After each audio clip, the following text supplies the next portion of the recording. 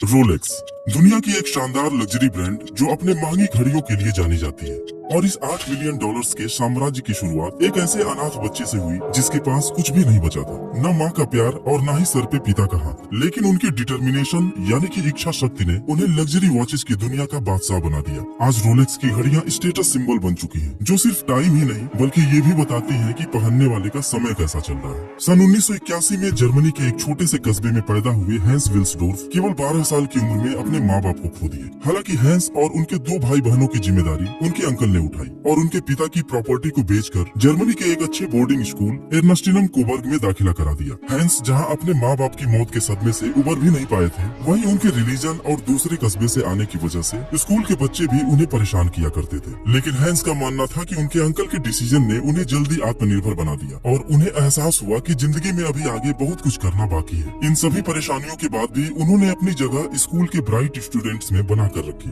Hence maths के साथ languages में काफी अच्छे थे, जिसने उन्हें फॉरेन में जाकर काम करने के लिए इंस्पायर किया। स्कूल के दौरान ही एक स्विस बॉय से उनकी दोस्ती हुई जो उन्हें स्विट्जरलैंड की कहानियां सुनाया करता था। और जैसा कि आपको पता ही होगा कि स्विट्जरलैंड दुनिया में अपने लग्जरी वॉचेस की वजह से जाना जाता है। 19 साल की उम्र में अपना ग्रेजुएशन कंप्लीट करके हैंस स्विट्जरलैंड के जिनेवा चले गए और एक पर्ल एक्सपोर्ट कंपनी में एज एन अप्रेंटिस काम करने लगे। लेकिन अचानक एक दिन उनके फ्रेंड ने उन्हें कूनो कॉर्टेन नाम की कंपनी में जॉब के लिए ऑफर भेजा, जो उस समय स्विट्जरलैंड की एक फेमस वॉच मेकिंग कंपनी थी। ऑफर को एक्सेप्ट करते हुए Hans English correspondent and clerk के पोस्ट पर काम करने लगे और आज उनके बचपन के लैंग्वेजेस का इंटरेस्ट काम आ गया। साथ ही उनको वॉचेस की एक्यूरेसी चेक करने और पैकिंग की भी जिम्मेदारी दी गई, जिससे वो हर तरह के वॉच बनाने का हुनर भी सीख गए। नौकरी को अभी 2 ही साल बीते थे कि सेना में अपनी सेवाएं देने के लिए उन्हें जर्मनी वापस जाना पड़ा। हालांकि कुछ दिन आर्मी में बिताने के बाद वो 22 साल की उम्र में फिर नए जॉब की तलाश में लंदन चले गए और एक हाई एंड वॉच बनाने की कंपनी में उन्हें बड़े पोजीशन पर काम करने का मौका मिला, जहाँ उन्हें कंपनी की सेल्स बढ़ाने की जिम्मेदारी दी गई।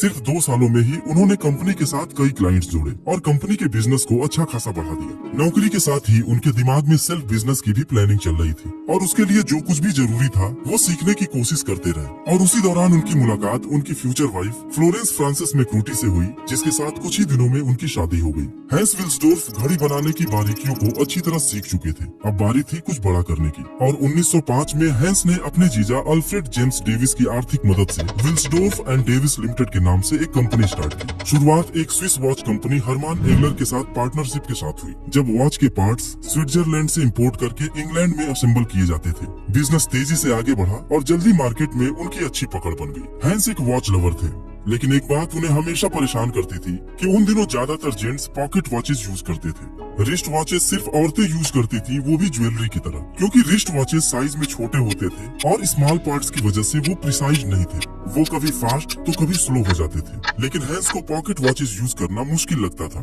क्योंकि वो साइज में बड़े होते थे और टाइम देखने के लिए बार बार पॉकेट से निकालना पड़ता था। अब एक प्रिसाइज्ड वॉच बनाने के लिए हैंस अगले कई सालों तक यूरोप के अलग अलग देशों में घूमते रहे और वॉच मेकर से रिस्ट वॉचेस की छोटी छोटी डिटेल्स के बारे में जानकारी हासिल की। बाहर से जो भी सीखा उसकी मदद से उन्होंने अपना खुद का रिस्ट वॉच लॉन्च किया और धीरे धीरे क्वालिटी को इम्प्रूव करते गए। सन 1908 आते आते लोग उनके रिस्ट वॉचेस को पसंद करने लगे और वह इंग्लैंड की वॉच इंडस्ट्री के टॉप प्लेयर्स में से एक बन गए। विल्सडोर्फ एंड डेविस लिमिटेड की जगह हैंस कंपनी का एक आसान नाम रखना चाहते थे, जो हाई क्लास और अट्रैक्टिव हो और जो वॉच के डायल पर भी खूबसूरत लगे। 5 अक्षरों के नाम के लिए वो काफी दिनों तक काम करते रहे और अचानक एक दिन उनके दिमाग में एक नाम आया, रोलेक्स, जिसे 1908 में रजिस्टर करा लिया गया और रोलेक्स के ब्रांड नेम से घड़ियों का प्रोडक्शन किया जाने लगा। सब कुछ ठीक चल रहा था, लेकिन उसी दौरान फर्स्ट वर्ल्ड वॉर की शुरुआत हो गई और बिजनेसेस पर इसका बुरा असर पड़ने लगा। यहाँ तक कि कुछ वॉच फर्म्स बंद भी हो गए, लेकिन रोलेक्स नहीं। ये वो दौर था जिसमें रोलेक्स वॉचेस और फेमस होने लगे, क्योंकि एक्यूरेट टाइम और हर सिचुएशन में काम करने की क्वालिटी की वजह से सिपाहियों और अधिकारियों को रोलेक्स वॉच दिया जाने लगा। और इसका फायदा ये भी था कि इसे पॉकेट वॉच की तरह बार बार जेब से निकालना नहीं पड़ता था। कंपनी इतनी तेजी से आगे बढ़ी कि सन 1914 में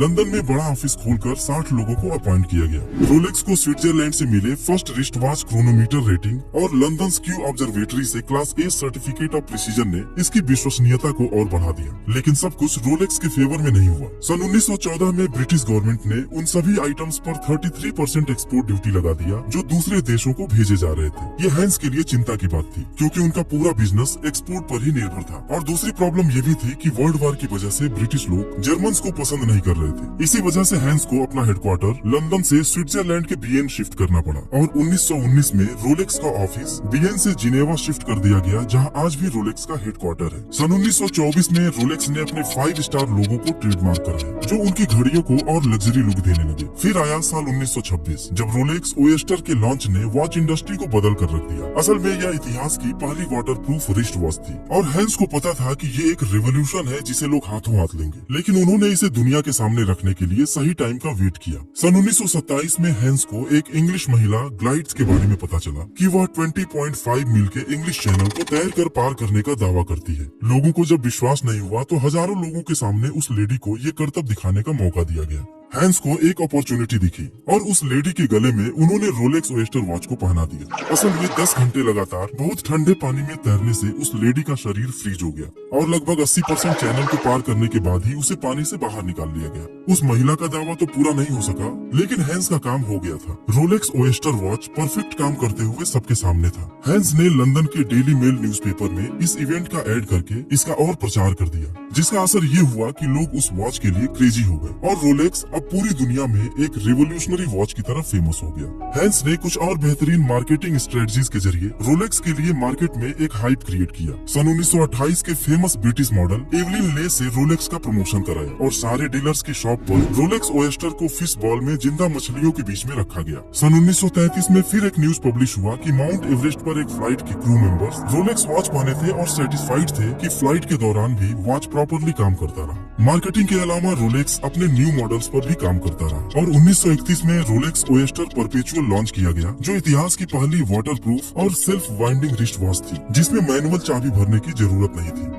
सन 1939 में वर्ल्ड वॉर 2 शुरू हो गया और जर्मन ब्रांड होने की वजह से यूरोपियन कंट्रीज में रोलेक्स का एक्सपोर्ट बंद हो गया, जिससे कंपनी का सेल्स काफी नीचे गिरने लगा और दुर्भाग्य से 1944 में उनके वाइफ की भी डेथ हो गई, जिससे हैंस फ्रस्ट्रेट हो गए और अपनी वाइफ की याद में उन्होंने हैंस विल्सडोर्फ फाउंडेशन की स्थापना की, जो एक प्राइवेट चैरिटी ट्रस्ट थी। अपनी मौत के पहले ही हैंस ने रोलेक्स का 100% ओनरशिप फाउंडेशन को ट्रांसफर कर दिया, जो अभी भी रोलेक्स को कंट्रोल करती है। इसलिए रोलेक्स कभी भी पब्लिक प्रॉपर्टी नहीं बनेगी और चैरिटी की वजह से इसे कोई टैक्स भी नहीं देना पड़ेगा। वर्ल्ड वॉर 2 खत्म होने के बाद रोलेक्स की बिक्री में तेजी से इजाफा हुआ। सन 1945 में रोलेक्स डेट जस्ट लॉन्च किया गया, जिसमें वॉच के डायल पर तारीख भी दिखता था और 10 साल बाद एक और revolutionary model Rolex day date को लॉन्च किया गया, जिसमें डायल पर तारीख और दिन दोनों डिस्प्ले होते थे, जो आजकल आप जनरली सभी वॉचेस में देख सकते हैं। रोलेक्स आगे भी नए नए मॉडल्स बनाता रहा और 1953 में सबसे लीजेंडरी वॉच रोलेक्स सबमरीनर के नाम से सामने आया, जो एक डीप ड्राइव वाटरप्रूफ वॉच था और 100 मीटर पानी के भीतर भी परफेक्ट काम करता था।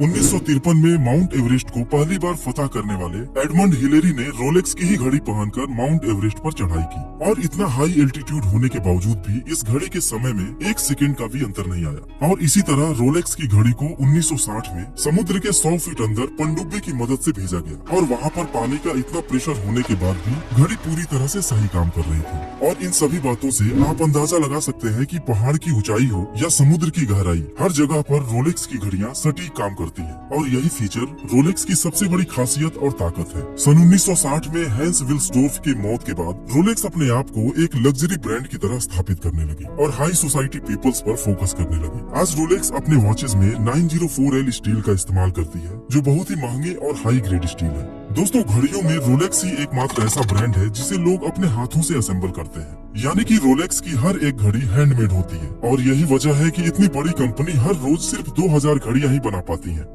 रोलेक्स ने पहली बार 2008 में भारत में कदम रखा था और यहाँ के भी रईस लोगों के लिए यह घड़ी पहली पसंद है। अब देखा जाए तो इन घड़ियों की कीमत 2 लाख रुपए से शुरू होकर करोड़ों रुपए तक जाती है, लेकिन शौकीन लोग कीमत देखकर चीजें नहीं खरीदते। इस तरह एक अनाथ बच्चे ने, जिसके पास कुछ भी नहीं था, अपने पैशन और कुछ करने की जिद से पूरी वॉच इंडस्ट्री को बदल कर रख दिया और इंडस्ट्री का मोस्ट इन्फ्लुएंशियल व्यक्ति बन गया। तो दोस्तों, आज की वीडियो में बस इतना ही। अगर वीडियो पसंद आई हो तो चैनल को सब्सक्राइब करके बेल आइकन को जरूर प्रेस कर दें। आपका बहुत बहुत धन्यवाद।